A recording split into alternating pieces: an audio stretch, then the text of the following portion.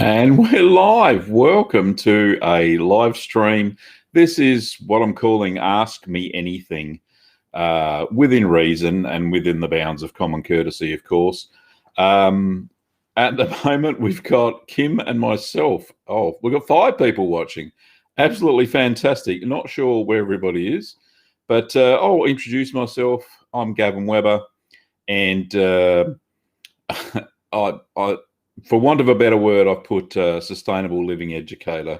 So that's what I've been doing. I've been living a sustainable lifestyle, I suppose, since, when did we start? September 2006. And there's a little bit of a story behind that, and I'll get into that as we go along. Big g'day to Daniel, who's watching, saying, I've never been happier. Hang on, let's have a look. Can I put that on the screen? There we go. I've never been happier for insomnia. Thanks, mate. Appreciate you turning up to the stream. Lovely to see you. And there is, of course, the lovely Kim, who is moderating today. Whether or not we need a moderator is another story, but we'll see what happens. So, no, very cool. Okay. So, why am I doing the live stream? Well, probably because it's a lot of fun. I love doing live streams. If anybody's seen me over on my other channel, then you would have seen the Ask the Cheese Man, and I do that once a week, and we have a great time over there. Great community chat. But this one's a little bit different because this is on my vlog channel. I'm going to keep it to a different sort of theme, I suppose. But you can ask me about cheese if you want to, but that's more for the our Sunday morning show. So what I can talk about anything here, basically. So anything about our business, anything about the stuff we do around our yard, the sustainable living stuff that we do. Yeah, we've got so much going on in our lives. For those who don't know, my wife, Kim, who I said is moderating, is we went and saw her oncologist yesterday, and well, she hasn't been given the all clear. There's no all clear for breast cancer, what she has. But we've been going through that struggle in our lives for, well, when did she first get diagnosed? I think it was August 2019, roughly. Yeah. So we've gone through that struggle.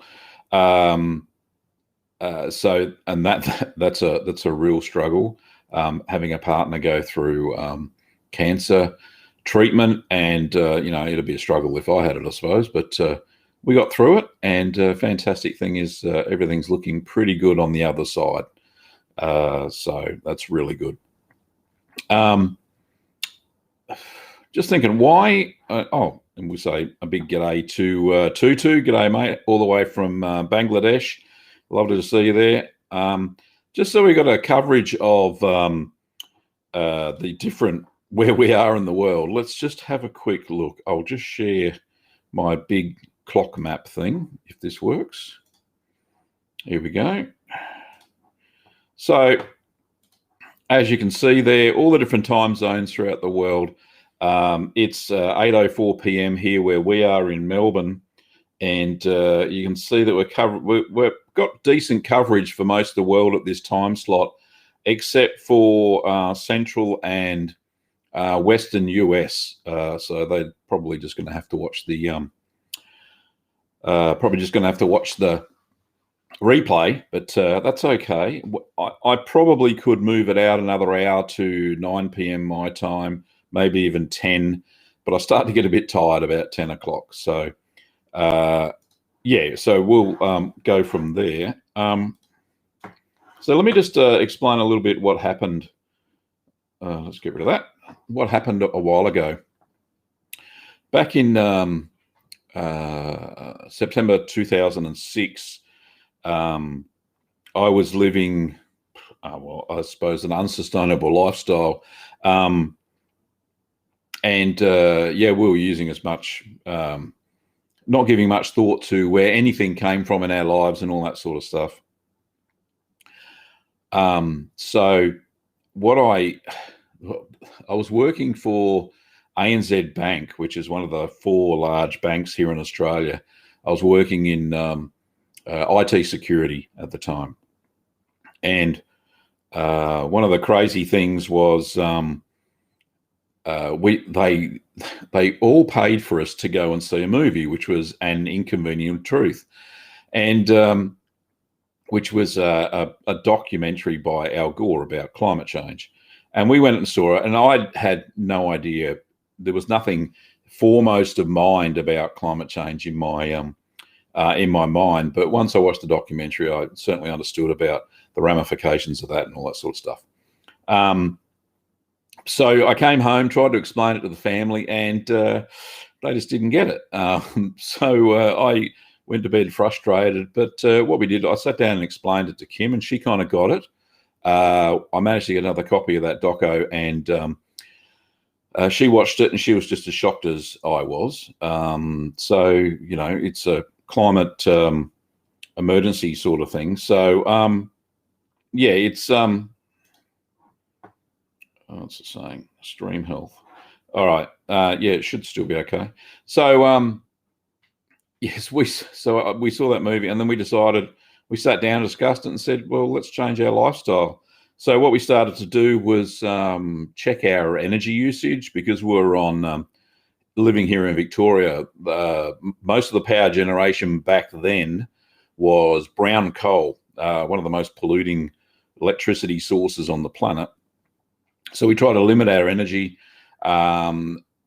It took us about a year that we got some solar. Very early adopters with solar. It cost us a fortune for the solar panels, but we've certainly recouped that. We had them in 2007. I think it's been 13 years now since we've had them, and they've just generated so much electricity, kept our bills really cheap.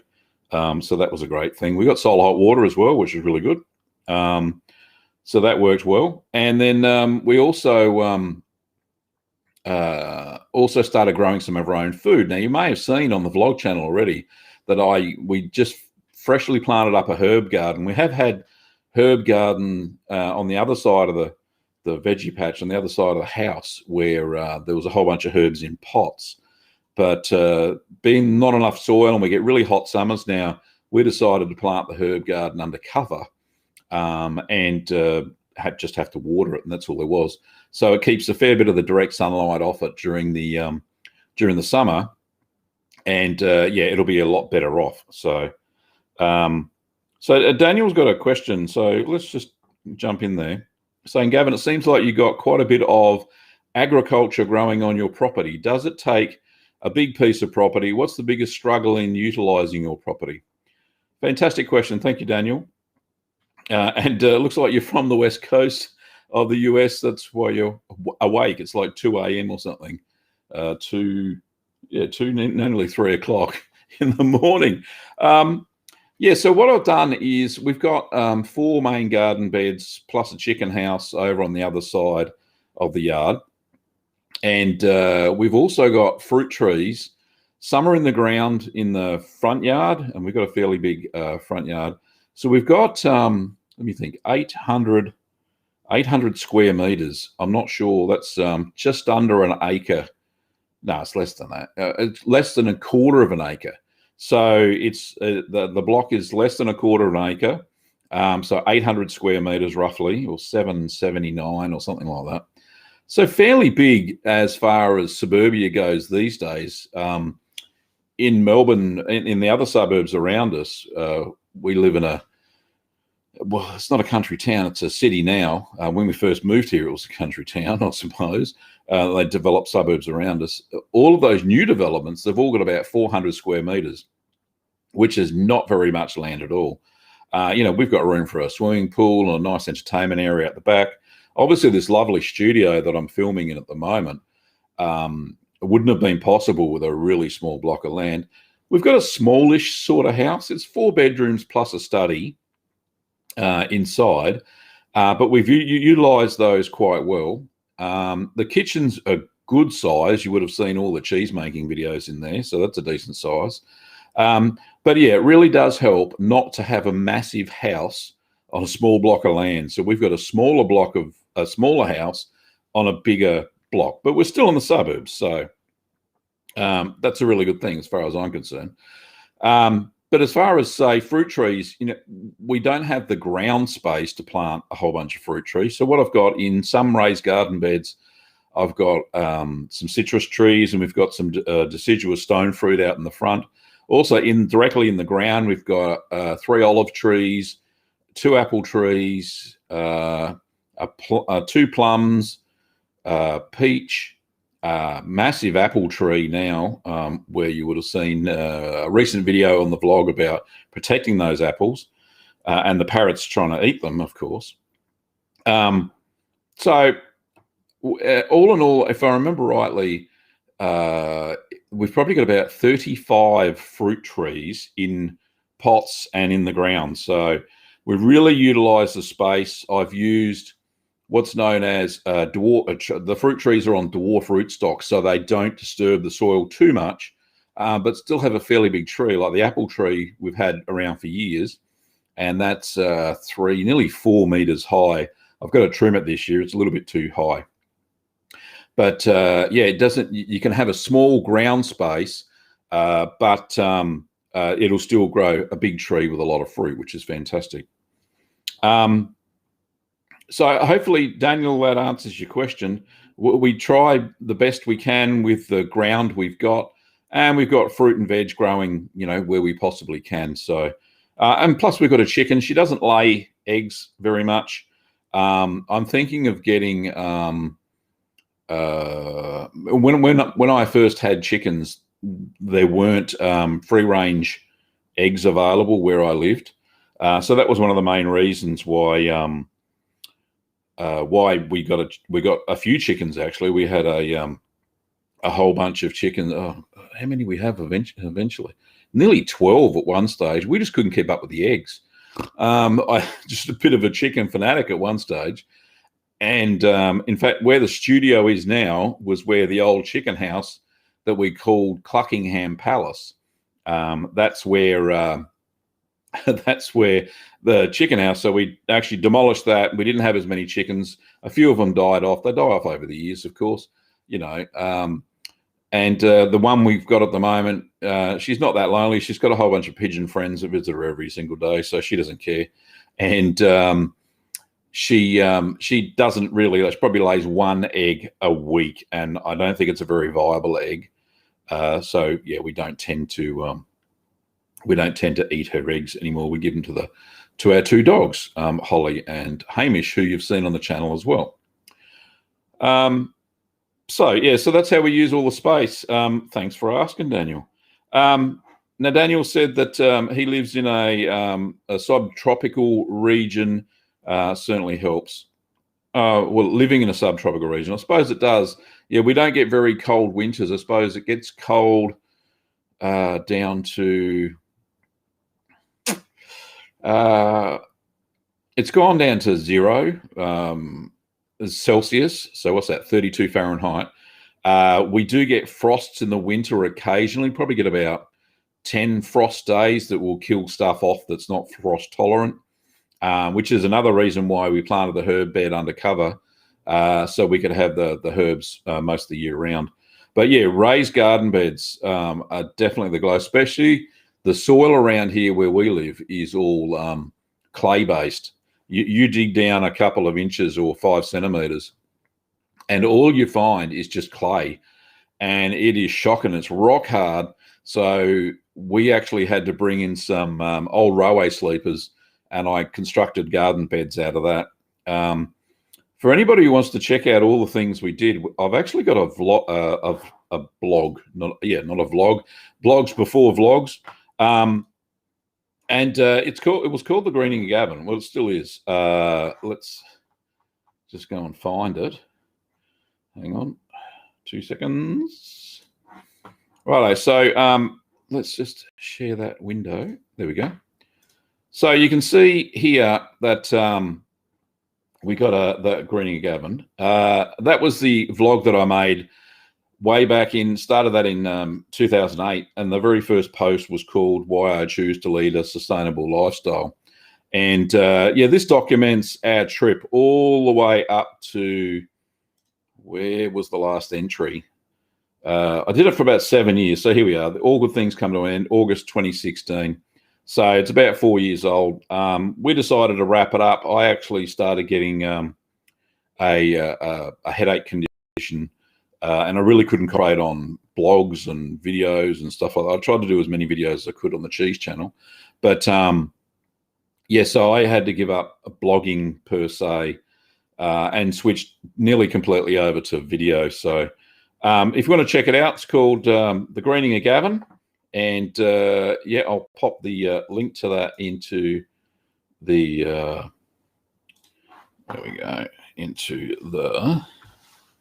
we go, into the chat, so you can check that out. All right, so let's get rid of that. Okay, so yeah, so you can read about the whole journey if you want. There was even a podcast with, oh God knows how many episodes, 100 and something episodes. Goodness me. Yeah, about 180 odd episodes of this podcast, which was called The Greening of Gavin. And Kim and I actually, we had conversations most weeks. Kim came on about halfway through the series, and yeah, it was great. We really had a good a good time recording it. And yeah, we really did enjoy it. It was so much fun.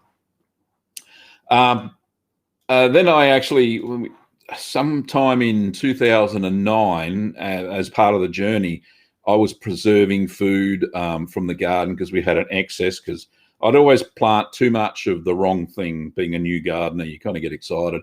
I want to try and grow as much as you can of everything, basically. And I decided to plant all sorts of things. So hundreds of chilies and tomatoes and all that sort of stuff. So I ended up buying a preserving kit, and we started preserving stuff. So we're preserving our own food. So what I did, I wanted to know where all our food came from. We'll try to make it as locally as we possibly could. So what I did, I actually discovered that there was a cheese making course down at our local community centre. And I booked on there. Kim thought that was a bit strange, but not strange as in, you know, Gavin, you're crazy, but yeah, cheese. And I went and did the course, and from there I was kind of hooked. Every week for at least the first 2 years, I would try and make a cheese. I wasn't really videoing them back then too much anyway, but I did start to make some videos. They weren't the best, but you got to start somewhere, right? So that's the great thing about YouTube. If you keep posting and you post regularly enough, you know your channel grows and all that sort of stuff. But so yeah, I went on this cheese course. I made feta, and the feta wasn't the best, but it tasted okay. It was crumbly, and it had a fairly light brine solution that was in, and brined it for a few days. But I've definitely improved on that recipe. I've done like 3 different types of feta. I've got videos for now, YouTube videos and tutorials, and yeah, it was absolutely excellent. Tutu just said it was a fantastic journey. Indeed, it certainly was, and we're still on it really, because as I keep saying, that the cheese making stuff is a continuing thing. It's my hobby, it's my passion, as well as all the gardening stuff, the veggie patches and all that. Every season I plant out a new batch of veg. This season we had lots of capsicums or peppers, the long yellow ones. I planted about 6 bushes of those, and they all came through really well. We've been eating those for a while. I did plant some California Wonder capsicums. They just didn't work out very well. They really need decent heat, and this year our temperatures were up and down like yo-yos. It was just crazy. So there's not much we could do about it. And then I planted, we had a chili bush that just regrew, and we've got jalapenos. So I'm going to be making some sort of chili relish or something like that out of those chilies before they start to dry up. Has lots of tomatoes, but they were a bit hit and miss this year as well, because like I said, we had cold days and then we had hot days, and the tomatoes didn't know if they were Arthur or Martha. So they just wouldn't grow properly. So that, unfortunately, that's what we did there. So yeah, so I really do love planting out. So this year I'm planning on, I've got some garlic, I've got some snow peas for winter. Our winters are fairly mild, so that'll grow fairly well. I've got some kale as well. We do like kale. Not so much in salads, because it's a coarse kind of brassica. What we do like to do is make these things called kale chips, where we take the kale, spray it with a bit of canola oil, and bake them in the oven, and they come out like potato chips or crisps or whatever you want to call them, and they taste amazing. So I'm going to put there's about 6 plants I got. I'm going to put those in the garden this week and probably do a vlog about it. But that's great. So that's kind of was in the garden and what isn't in the garden. And Daniel's got another question. He says, I'm struggling with sourcing raw milk. The US FDA has made it so restrictive that it's virtually impossible to find. I hear you, mate, because here in Victoria, they actually, it was about 4 years ago, they banned the sale of raw milk from anywhere, direct from the dairies. You can't, it's illegal to buy milk from them. It's illegal for farmers to sell it or even give it away. And it was because of companies were selling raw milk, but people would leave the raw milk in their fridge for like 2 weeks and then feed it to their children and wonder why their children got sick. So yeah, it was a bit of an issue. So what they do now is they do sell the raw milk, but they put a bittering agent in it, the same bittering agent that they put into isopropyl alcohol, so you don't drink it. So yeah, you can't drink it. You can use it as pet milk or bath milk, but no, I wouldn't even use it as pet milk because the bloody dog would get sick, unfortunately. Kim's got a comment. Thank you, Kim, for jumping in there, the moderator. It's always good to get a comment from my lovely wife. She says, fortunately, the kale is still ready to plant after Hamish ran off with a punnet the other day. Yeah, he was munching on one of the leaves of the plants.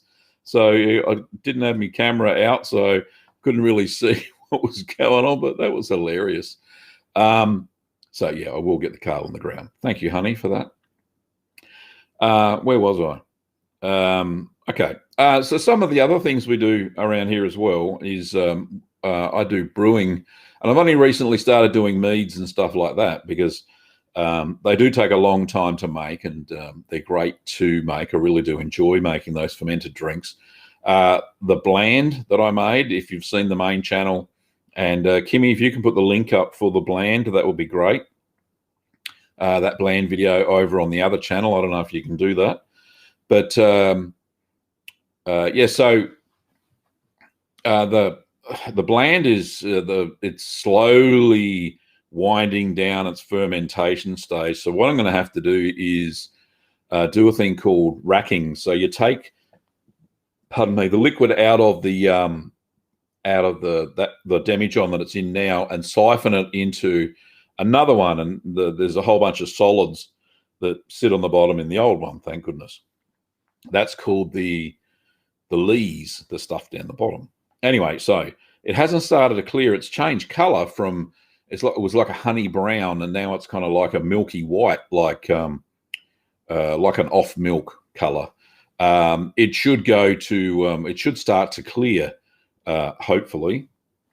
But I have been told that what I should have done was heat the milk up and make ricotta out of the whey first, and then use the whey when it's clear to make the bland. But look, if it turns out like a fermented yak milk drink that's a little bit sharp and acidic, then fine. You know, it's an experiment. The honey was given to me as a gift, so it's no big deal. So it'll be good fun anyway. Yes, I do, and I have been brewing for years and years. The mead is only something recent, because I thought it was pretty cool to put onto the cheese channel. But I have been brewing beer for years. I've still got all the equipment and everything. It's a wonder I don't do it. I just hadn't got around to it because one of the other things that well, didn't really jump into our life. It was planned, I suppose. Just a quick copy. It was planned was the advent of Little Green Workshops. And as you can see, the sign in the back, where is it? Up here. I'm sitting in the Little Green Workshop studio now. So yeah, Little Green Workshops happened because Kim in 2012 said to me while I was still working at the bank in security, IT security, Gavin, I'd really love a little shop where I could sell things. We were actually doing some workshops at the time, face-to-face workshops around candle making and soap making. I'd done a basic, say like a mozzarella course, which was okay. It all worked out for everybody. And I was doing some of those, a little bit of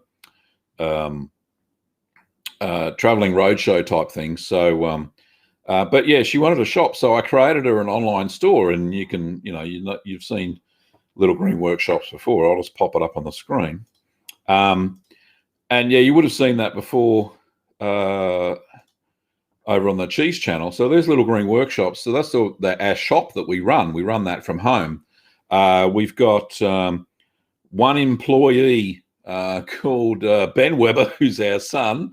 Well, one employee on the books, but Kim and I are actually partners. So there's Little Green Workshops for anybody who's interested. We do ship cheese making stuff to a few countries around the world, but not a lot, not as many as we have in the past, due to new tax laws and also such a pain. We would have had to collect sales tax and all that sort of stuff. Anyway, the shop aside, and we've gone on from strength to strength, and you see some of the products behind us. It's not a plug for all that sort of stuff, but we sell so much stuff. It's really good. We really do maintain our lifestyle at home. And the great thing is, I get up in the morning, I go and check out, have breakfast, feed the dogs and talk to the chook. And then if I need to water the veggie patch, I go and water it, and then we start work. It's in my house. So good. And we ship all our products out. So it's a great lifestyle business. It really is. So as a statement from Tutu says, it was you, Gavin, that I got hooked on cheese making. Yesterday, I followed your video to make Naga Chili Jack. This chili has, I think it's Scoville units over 1 million. Jalapeno is only 5,000 units. That'd be really, really hot. So well done, Tutu. I don't know who's going to eat your cheese because it's so hot, but yeah, well done, mate. Well done. Another question from Daniel says, have you experienced any struggles with the move to a more sustainable living that has been a surprise? Yeah, that's a great question, Daniel. Yeah, there was, I suppose. And that was other people, like family members and stuff like that found it hard to get on board, thought I was crazy. Also, as I was, we'd lived a sustainable lifestyle, done the veggie patch and all that stuff and got that going. And then I started writing the Greening of Gavin and putting it out there to the world. At the start, it was family and friends that read it. And then I got a larger following as I got into the sustainable living community, I suppose. But yeah, it was occasionally on some of the posts that I write about climate change and the like, and peak oil and other things that are happening right now. I get some weird naysayers, and that was quite depressing at first. But then I got a tougher skin, I suppose, for those sorts of comments, and then which kind of really helped because of when you go on YouTube, you got to have a fairly tough skin as well. But that was the biggest surprise. The benefits outweighed all the hard work. It kept me busy, which was a great thing, working on the garden, working on projects. I even set up my own little 2-panel solar power system that charges some batteries. So it's a little 12-volt system. and I run our pump on it for the irrigation for the veggie patch. So that all still works. Also charge lights and stuff, and in an emergency, if we lose power around here, at least I've got a small supply that I can charge iPhones and stuff like that on it. So it's a little backup thing. So that was all the benefit. All the hard work was worth it. Our house is looking so much better because of it. We also, in our house, we cut our energy costs so much because we retrofitted double glazing. We retrofitted decent insulation in the ceiling where there was hardly any insulation at all. We used to have 2 gas furnaces or gas heaters, one in the lounge room and one in the back part of the house to keep the house warm. We don't have any gas heater. We ripped them out. We didn't need them because of the double glazing and the insulation. It kept the house sufficiently warm in winter. And if we did really need it, we've got those inverter air conditioners. We've got air conditioners because we need them in summer here in Australia anyway. But we just put it on heat for an hour, and it heats up the whole house and keeps it warm for the rest of the day. So it's really good. So the benefits outweighed. So the cost benefits were fantastic. I think the double glazing's probably paid itself off in energy bills and stuff like that.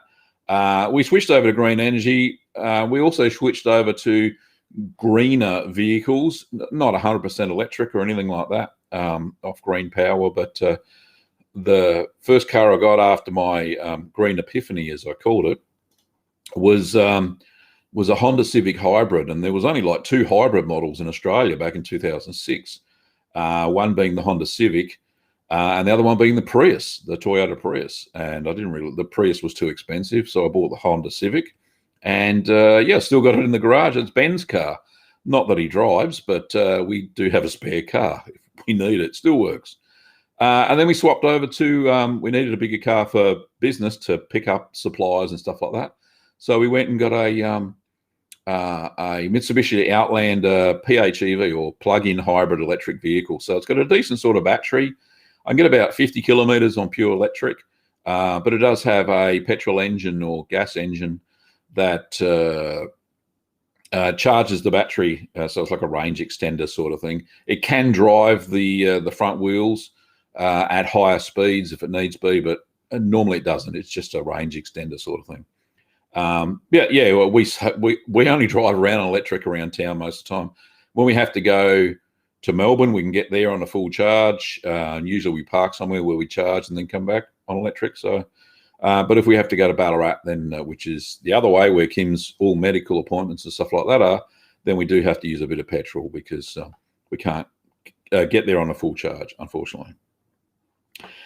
Another question. This one's from Adventures of Moonman. Great name. Love it.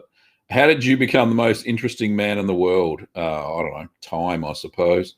I'm turning 57 this year, and I suppose life experience, and I suppose just I don't know, just am, I suppose. And I don't try to be the most interesting man in the world.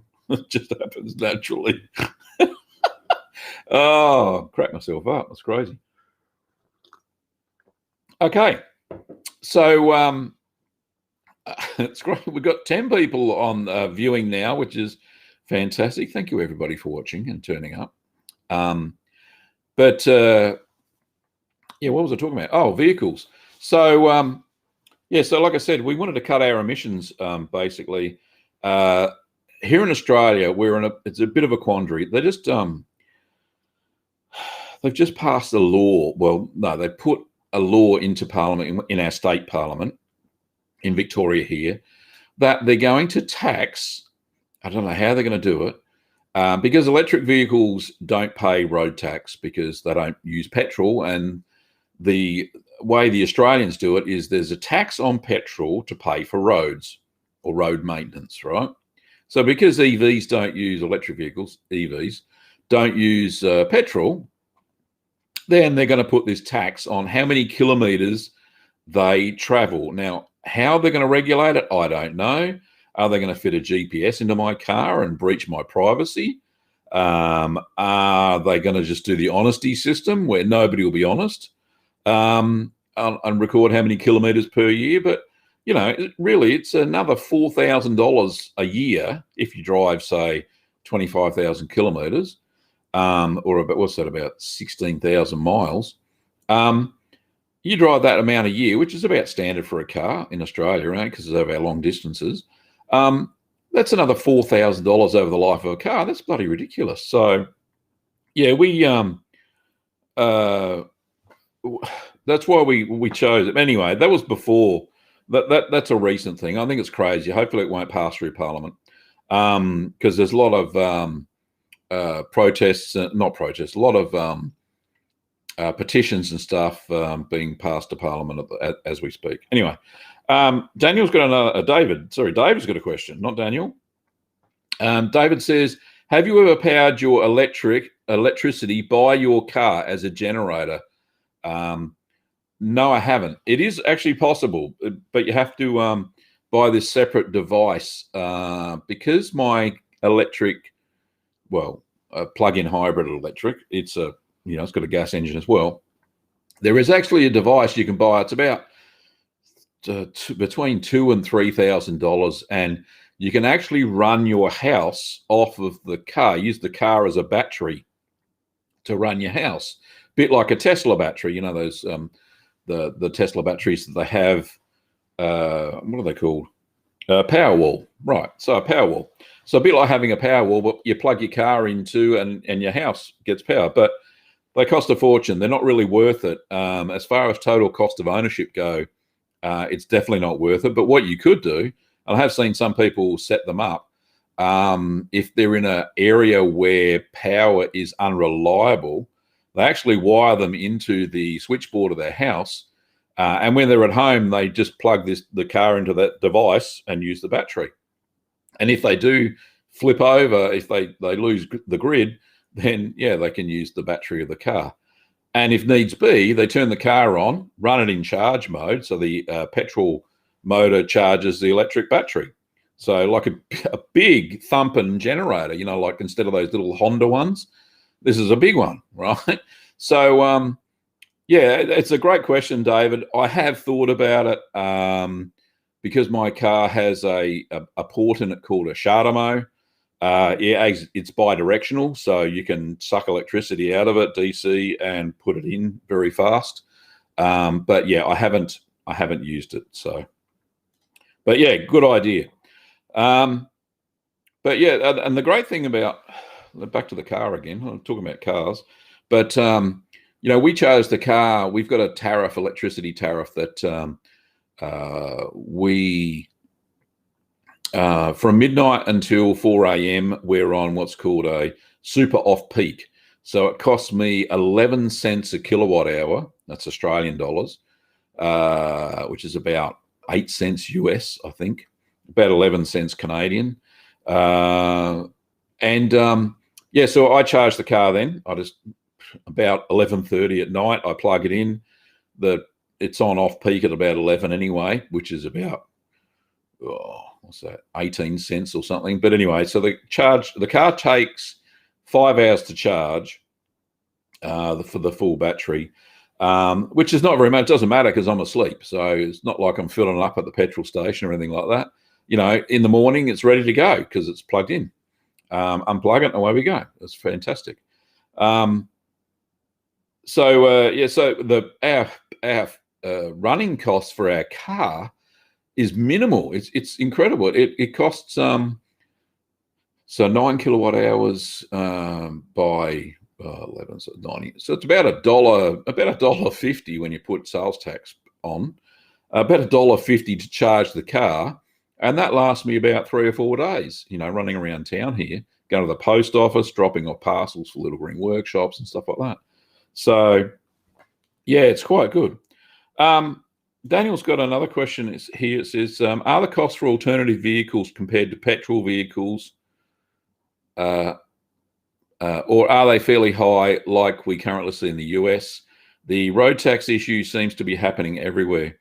Yeah, good point. In Australia, there are no subsidies for electric vehicles. I know in the US, there's a tax break. for EVs in the UK, same thing. Europe, all the European countries, or EU countries anyway, all have tax breaks for their EVs. But here in Australia, nothing, no incentives. I get $50 off my registration a year. That's it. That's the incentive. So, which is pure ridiculous. The price of the car, I think on the on-floor cost was $58,000, but that was brand new, mind you. But I did a total cost of ownership thing, and if we take into account all the petrol that I don't use, then over the lifespan of about 10 years, the car is about the same cost as a mainstream petrol version Outlander that they also make, Mitsubishi make. It would be great to have some sort of incentives, but we really don't, unfortunately. Yeah, it's good to see other countries having incentives. But I'm afraid that, one of the things I'm afraid of is that when all the other countries, and a lot of them have declared that they're not selling fossil fuel cars by 2035 or even less, that Australia is going to become the dumping ground for all the crappy bloody fossil fuel cars, and we'll never, get to a decent EV economy. We've certainly got the renewable energy for it. We've got the sunshine. We've got the solar power farms and all that sort of stuff. And slowly but surely, coal-fired power plants are becoming less economical. So, and as we swap over to a renewable economy, it's the price of EVs and their benefits are even more. Less pollution, which is fantastic for people with asthma and lung conditions and all that sort of stuff. And then we'll have cleaner air and cleaner cities. It's only a good thing, really. That's the way I see it, anyway. Anyway, it's been lovely chatting to you. We've been on the air for 43 minutes, which is fantastic. I think I'll call it a night. I wasn't really planning to go for an hour per se, but I think 40 minutes is a good place to call it a night. So thanks for watching, everybody. I really appreciate your time. It's been fun having a chat, and thanks for some of the questions that we've had. Certainly not as quick fire as, say, Ask the Cheese Man, but I think I'll do it on a weekly basis. It's good to have a good chat about these things. Yeah, keep watching the vlog for all sorts of things that we do here. I'll be doing some more gardening this weekend.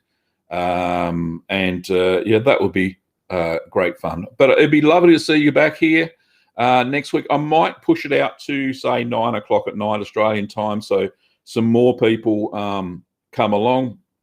But you're most welcome, Daniel. Appreciate your questions, mate. But yeah, it's always good fun. I love a good live chat. Anyway, thanks for watching, everybody, and we'll see you next week. I'll post the time up, not only on the vlog channel, but over on the Cheese channel. I'll do a community post. So if you want to check it out, I'll have the time and the link to the show. Thanks, everybody. And yeah, thanks, Irene, for popping in to say good day. All right. See you later, everybody.